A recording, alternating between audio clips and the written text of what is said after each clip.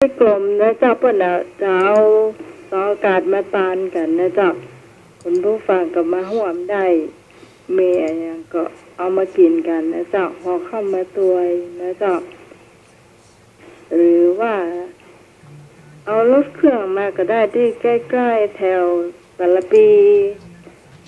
สันทรายนะเจ้าเนาะโดยสเกตนี้สามารถเดินทางมาเองได้นะเจ้าสมัครมาแล้วเด้อเนี่ยเจ้าสมัครอ๋อเจ้า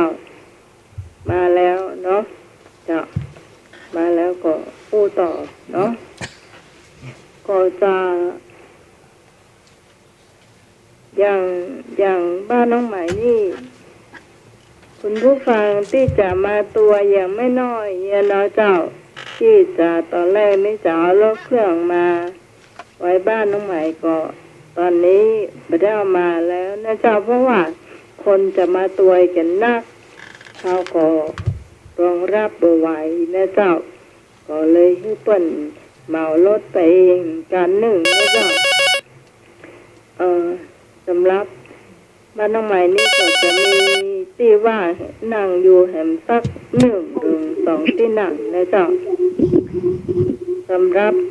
คนที่มาตัวก็เตรียมพร้อมนะเจ้าน้องใหม่จะออกจากที่บ้านนี่ก็ประมาณ8 โมงนะเจ้าประมาณนั้นเนาะว่าได้เจ้าเจอกันอีกแล้วครับนักการก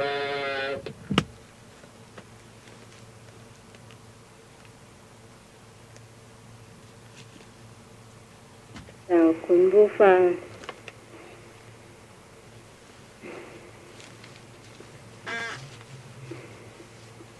เมารถกันไปได้นะเจ้าหรือว่าใกล้ๆแถวในเมืองนะเจ้าเอารถเครื่องไปก็ได้เนาะไม่นอนกับแม่บุญนี่เพิ่นก็จะเอารถเครื่องกันไปเองนะเจ้าสายที่อยู่แถวทางบ้านน้องใหม่นะเจ้าถ้าไปอยากไปตัวก็โทรติดต่อน้องใหม่ได้นะเจ้า092-643-6538นะเจ้า